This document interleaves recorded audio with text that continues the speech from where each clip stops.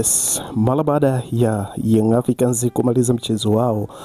ambao walialikwa na JC Kabylie kutoka hapo Algeria, basi Young Africans sasa moja kwa moja wanaingia sokoni kuhakikisha kwamba wanaboresha kikosi chao, kutokana kwamba mechi hiyo ilikuwa ni mechi ya mwisho ambayo inapisha sasa break ya AFCON. Wachezaji watakwenda katika timu zao za mataifa na baadhi yao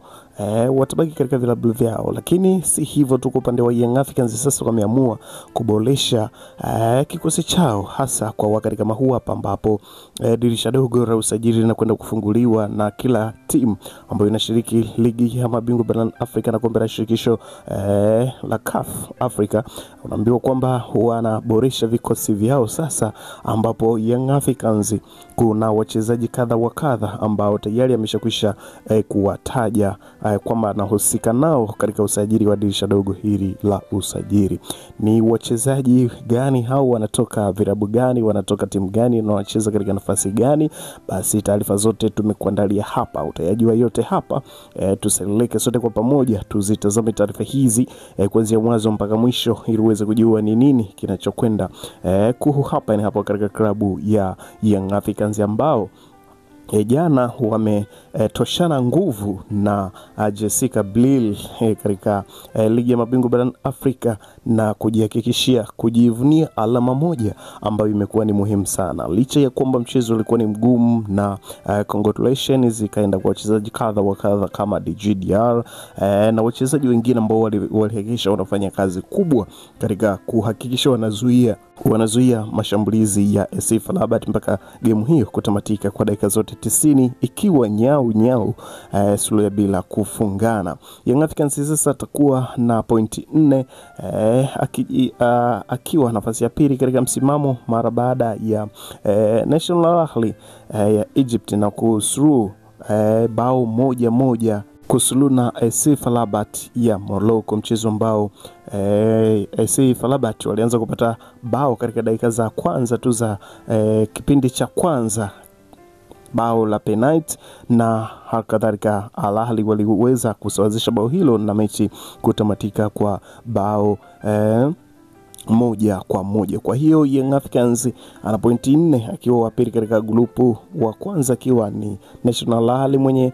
pointi 4 pia akiwa na mabao mengi. Lakini hapo katika grupu lao unaona wa kwanza Al Ahly, wa pili Young Africans, wa tatu AS FAR Rabat na wa mwisho ni JC Kabylie, ambao wote hao wawili wa mwisho wana pointi 1-1, lakini pia wameshakwisha kuruhusu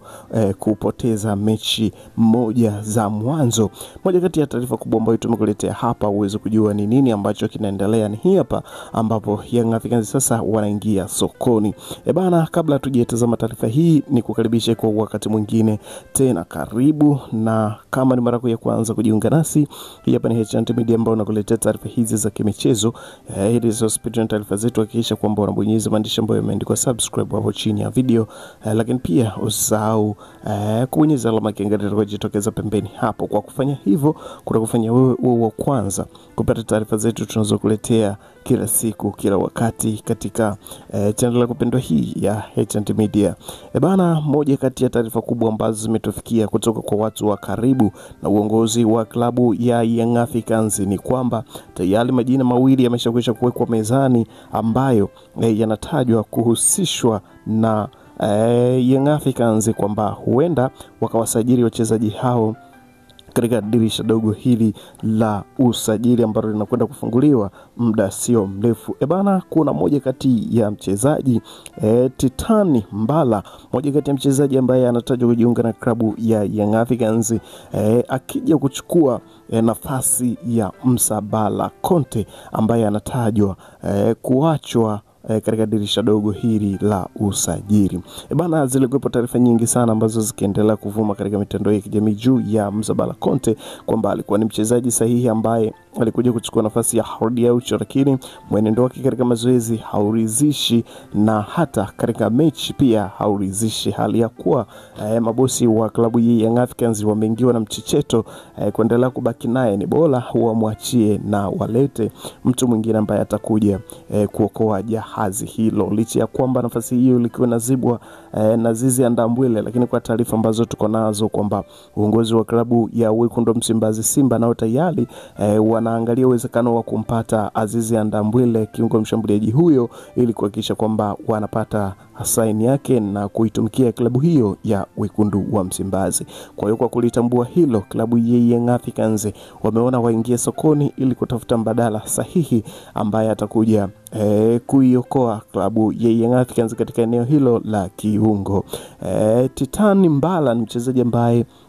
amepata makuzi yake hapa Afrika, lakini akiwa ni mchezaji ambaye anategemewa katika klabu ya AS Maniema Union, ambaye akicheza kwa mafanikio makubwa katika klabu hiyo ya AS Maniema. Kwa taarifa ambazo tunazo, uongozi wa klabu ya Young Africans tayari umeshakwisha kutuma ofa kwa Maniema Union ili kuhakikisha kwamba wanampata kiungo huyo mshambuliaji ambaye atakuja kuihakikishia klabu ya Young Africans inapata mafanikio makubwa. Bana, kwa taarifa zingine za ndani kabisa ni kwamba dili hilo huenda likanogeshwa na Maxi Nzengeli kutoka na kwamba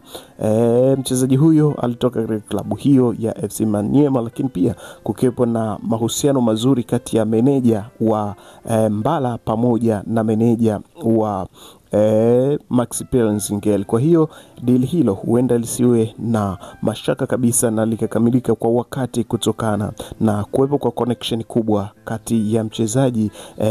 Titan Mbala pamoja na Maxi Nzengeli, lakini pia mawakala wao kuwa